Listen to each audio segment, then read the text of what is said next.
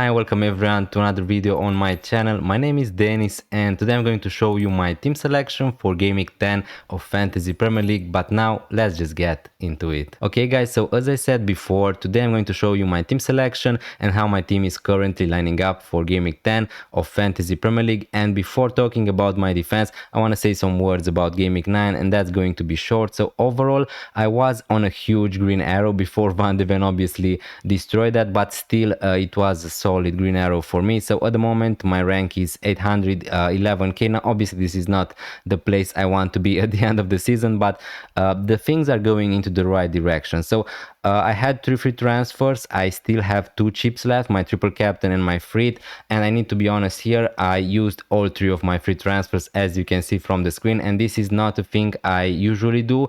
Always I want to wait to see more information, also because this week there were a lot of games in the Carabao Cup. Usually I like to wait for all those games to happen before making my transfers, because a lot of things could go wrong, but again, luckily I think that I escaped that. So yeah, I was going to be priced out of making my move, so it made a lot of sense for me to make my moves. I did 1 free transfer on Sunday and the other 2 on Monday, and this is currently how my team is looking like. Let's start with the defense. Obviously really happy to have double Arsenal defense. They were just unbelievable in the last game weeks. Now again, would have I preferred to have someone like Timber, someone like Alafiori instead of Raya? Maybe, but I can't just really complain about having Raya, having a goalkeeper who's getting a clean sheet every game week, right? But yeah, really happy overall with Raya and Gabriel. Obviously these 2 are going to play against Burnley, so it is a no-brainer for me to play them. Again, with triple Arsenal defense, maybe that's still going to be a thing. Obviously I want to have a note here because we have a new information now. Again, I didn't make another particular video on that topic because at the moment we don't know nothing honestly about that, but because there were some games yesterday in the Carabao Cup, and as you may know, Liverpool lost to Crystal Palace, Arsenal go through, Arsenal are going to play against Crystal Palace, and because Crystal Palace are going to have such a tight schedule, they're going to have a lot of games in Europe and also in all the other cups, we might have a double game week at some point. And what does that mean? Maybe we're going to have also blank game week. So if you have your triple captain, your free, I would advise you to wait and not use them at the moment. Obviously the chances for a double game week and a blank game week are not that high at the moment, and we should probably get more information if that's going to happen by game week 11 deadline. So again, I would not advise you to not make your moves because of that. But again, if you don't have any transfers to make at the moment, and if you have the chance to roll the transfer, I think that's a really important thing to do, because by game week 11 deadline probably we're going to know if there are going to be any double game weeks this season. So yeah, that's just a note. Now going back to my defense, my other 2 defenders starting at the moment are Daniel Munoz and Rodon, and here you can see one of my free transfers, which is Daniel Munoz. If you watch this YouTube channel obviously and my content in the last weeks, you know how much I love Daniel Munoz. I think that he's an unbelievable player in general, but also an FPL player. And again, from that Crystal Palace team, there's no secret, they're going to go on a really nice run of fixtures at the moment. I think that he's just the best defender to get from Crystal Palace if you have obviously the money to do that. And can you guess which defender I sold to buy Munoz? Yeah, it's Mickey Van de Ven. So again, I sold Van de Ven, I bought Munoz. Again, after Van de Ven scoring 23 points, first player on my bench. So yeah, it is what it is. You just have to laugh a little bit at these things. Now again, I think that Van de Ven is an okay pick if you want to still keep him, but I just don't like the fixtures for Spurs. So for me, the priorities were to get rid of obviously the Spurs players, and I wanted to buy a defender from Crystal Palace, and I wanted to buy Munoz, and I was never going to sell Gabriel, obviously Rodon, and I don't really want to sell Senesi also. So Mickey Van de Ven was needed to be sold, and yeah, really happy I did that. So now he's not going to sit on my bench with 20 plus points every game week. And actually The third defender here is my most tough decision to make at the moment, and I'm not currently 100% sure I'm going to start Rodon. So Rodon is going to play against Brighton away, which is not a great fixture or something like that. Maybe I'm just, I don't know, happy that I had Rodon when he scored 13 points in Game Week 9, so I just want to give him another chance to do that again, but obviously that's not how things work, obviously. So yeah, at the moment my benching decision in defense is, do I start Rodon against Brighton away, or do I start Alderete against Everton at home? And obviously there are pros and cons to anyone. I think that, again, at the moment I'm just having a feeling about Rodon. That's not too much into it. I just think that slightly Leeds are a better defense than Sunderland, but if we take into consideration other things, Sunderland are going to play at home, and from the start Leeds are going to play away, and I just think that the better chance of keeping a clean sheet is for Sunderland. They're going to play at home against Everton. They have a better fixture overall to keep a clean sheet, so yeah, maybe I'm going to switch this spot. Probably this is the only spot where I'm going to think to change it. But again, both these players are decent for defensive contributions. I'm not sure if any of them is going to keep a clean sheet, honestly, this gaming. So yeah, it's pretty much a 50-50 for me. At the moment, I'm starting Rodon, but by Saturday probably, or Sunday, I'm just going to start Alderete. So yeah, my other defender is Senesi, who's going to play against Manchester City. At the moment, he's the last player on my bench. And again, I think that Manchester City obviously are going to score. Senesi probably is going to get defensive contributions, and as long as Bournemouth are not going to concede 4 goals or something like that, then he's going to go away with 3 or 4 points, or maybe 2. So yeah, but I just don't want to start Senesi in this fixture. So yeah, at the moment this is how my defense is lining up. Really happy to have Munoz. Now again, Brentford is not Burnley, it's not West Ham, it's not such an amazing fixture for him, but the entry point for Crystal Palace players, it is in Game Week 10, and Munoz, he's decent for defensive contributions. He's basically a winger who's playing as a defender in FPL, so yeah, he's going to create a lot of chances, and I'm expecting a lot of attacking returns from Munoz. So yeah, overall really happy to bought him, and yeah, really happy to sell Van de Ven. But let's move to the midfield. Okay, now let's talk a little bit about my midfield. This is how I'm currently lining up for Game Week 10. Semenyo, Minte, Bruno Fernandes and Njae. And straight up you can see another free transfer I made this week. I sold Kudus and I bought Minte. Now maybe you're asking why I didn't go for Sar. Now the answer is simple, because I didn't have enough money to go for him. So I would have loved to be able to buy Sar, and I'm going to give you a spoiler here. So the first transfer for me this week was selling João Pedro to Mateta, and obviously I also wanted Munoz, so I could have gone the other way. I could have just sell Van de Ven to Richards or something like that and upgrade Kudus to Sar, and yeah, maybe that was the better combination now looking at Sar scoring 2 goals against Liverpool yesterday, but Sar is not going to play against Liverpool every game, so yeah, a little joke there. Again, I would have loved to have Sar, but the thing is I didn't have enough money to do that. And Minte, I just think that Brighton are having one of the best fixture runs at the moment. His minutes are good. He was rested in the Carabao Cup, so yeah, he's looking good for the future. Leeds at home is not necessarily the easiest fixture. They are defending really great, but yeah, really happy to go on Minte at that price, 6 million. I just think that is going to be great value overall. Semenyo, again, no need to talk too much about him. Again, if you want to go without Semenyo for the next 2, I think that's okay. It's not such a big deal. Now obviously his ownership is huge, but again, at the moment I made all my 3 free transfers, so I don't have any plan in the future yet to sell Semenyo, and the fixtures are going to get better anyway after Game Week 12. So Manchester City away, it's not the easiest fixture, but it's not the worst. It's not something like Arsenal or something like that to me. So I think that Bournemouth are going to get some chances to score against Manchester City. He's on penalties when Kluivert is not on the pitch, you know the drill.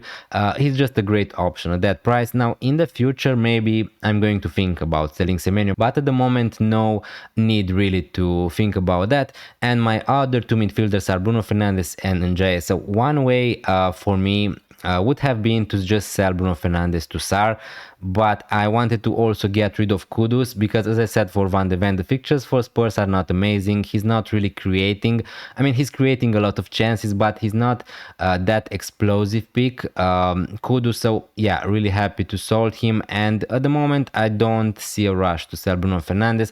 I know that he scored just 4 points when Manchester United scored 4 goals against Brighton. That's not amazing, but he's still on penalties probably. He's still decent for defensive contributions, and he's still creating a lot of chances, to be honest. If you look at the statistics, Bruno Fernandes, I'm not sure if he's not the first one on creating chances, but he's for sure on in the top of players creating chances this season. So yeah, really happy to have Bruno at the moment against Nottingham Forest away. That's a decent fixture. And my last midfielder is Njae from Everton. Now, again, a little bit underwhelming. Njae was in the last 2 or 3 game weeks. He didn't get a lot of points. Let me just put it like that. But overall, as a player at that price, considering his price, considering the fixtures, considering that he has so many routes to points, so he could get defensive contributions. He's on penalties. He's pretty much the best player from Everton from my point of view. Now, again, we don't get points in FPL on how good a player is in real life, but yeah, you want your player to score goals, to get assists, and he was a little bit unlucky, I think, in the last 2 game weeks because Beto couldn't even finish the chances he created. So yeah, overall I like him as a pick, but obviously in the future, if he's still not going to deliver, if he's still going to disappoint, then yeah, I'm going to look to get rid of him. And also he's going to go to African Cup of Nations. So again, at the moment, really happy with Njae. The fixture against Sunderland away is not great, but again, Leeds Sunderland, this new promoted side, defending really well this season, and I'm really impressed with both of them, honestly. But I just think that it is a decent fixture, so we can't really call that a tough fixture, but yeah, not amazing. But let's move to the attack and discuss about my whole team. Moving forward, now you can see my whole team, and my 3 strikers are Mateta, Haaland and Gyökeres. So as I said before, I made my transfer early this week. I sold Van de Ven, João Pedro and Kudus to Munoz, Minte, Mateta, and I still have 0.1 millions in the bank now. It is a shame I didn't have enough money to go directly for Sar, but again, I'm not going to take a hit. And if I really want to go for someone like Ismail Assar, then I'm just going to buy him next game week or something like that. But bear in mind, he's going to go to African Cup of Nations. So as long as you're going to delay that decision, tougher is going to be for you to buy these players who are going to go to AFCON. But again, now that you can see my whole team, let's discuss a little bit about the captaincy, because I think that's going to be short. So in my case, I'm just going to captain Erling Haaland. I'm not going to go against him at the moment. I know that he blanked against Aston Villa in game week 9, but surely that's not going to happen forever. So again, honestly, Bournemouth are not pushovers. They are a good team, and I'm not expecting Haaland to score a hat-trick or something like that in this game. But I just, as you can see from the screen, if I'm not going to captain Erling Haaland, which player I'm going to captain? I'm not going to captain Semenyo. I'm not going to captain Minte, Njae. Bruno Fernandes could be an option, but again, would I prefer to go Bruno Fernandes as a captain instead of Erling Haaland? Hell no. And yeah, I'm not going to captain Gyökeres. Who am I kidding? And probably I'm not going to captain Mateta. So I saw a lot of people talking about captaining someone like Gabriel against Burnley, which it doesn't really sound bad on paper, but I'm just not going to do it. From my team, again, if you're willing to go to captain a defender like Gabriel, I don't see a problem with that, but it is risky also, and I'm just not willing to do that. So yeah, it's easy for me. Haaland, Manchester City are going to play at home against Bournemouth. He's going to be my captain. Now, as I said before, Mateta was my first transfer. I made this transfer on Sunday because he was about to rise in price, and probably he's going to rise in price again. Probably João Pedro is going to drop. So overall, we're happy with that transfer. He was benched also against Liverpool in the Carabao Cup, and he get away without any injuries. So really happy that things work out. I took a risk, and I would not advise anyone to do that if you have the money, but I was about to get priced out. So I decided to sell João Pedro rather than selling Gyökeres. And I know that both of them are really bad at the moment, but I think that I'm going to give Gyökeres at least this game week against Burnley. I'm just not going to take any hits to remove that. My other players on my bench. I didn't talk about Reinders. So I didn't sell Reinders because he's just my 8th attacker. Reinders is going to be mostly on my bench every gaming, and also if when the fixtures are going to get better for Manchester City, maybe I'm going to think about reintegrating him or maybe playing him in one gaming here and there. But if not, I'm just going to upgrade him when I get the chance. So again, I use 3 free transfers. The players I'm not really happy at the moment, let's say owning, are Gyökeres, Reinders, and probably that's it. Maybe someone like Njay, but again, other than that, really happy with my transfers. I bought Mateta and Munoz because these were my 2 top options from Crystal Palace, and although I really like Sarr as a player, I think that Mateta was my first pick and Daniel Munoz was my second one, and I had to make some sacrifices elsewhere. And also I'm happy that I bought Minte. After all, the fixtures are great for Brighton. I want to have a Brighton attacker for the future, and the good part about Minte is that he's not going to African Cup of Nations because he plays for Gambia and they didn't qualify. So just Njae from my team is going to go to African Cup of Nations. So again, I don't think that you should think too much about that because there's still 6 game weeks or something like that till that's going to happen, and also we're going to get 5 free transfers. So yeah, pretty much this is how my team is going to look like. Overall, really happy with my team. Hopefully we can get another green arrow. And yeah, my only decision to make this gaming is to play Rodon or to play Alderete against Everton home. So please let me know in the comments down below, what would you do? And yeah, which player would you play, Rodon or Alderete? And again, the plan right now for the future is to try to save up some free transfers, because let's see if we're going to get a double gaming, let's see if we're going to get a blank gaming.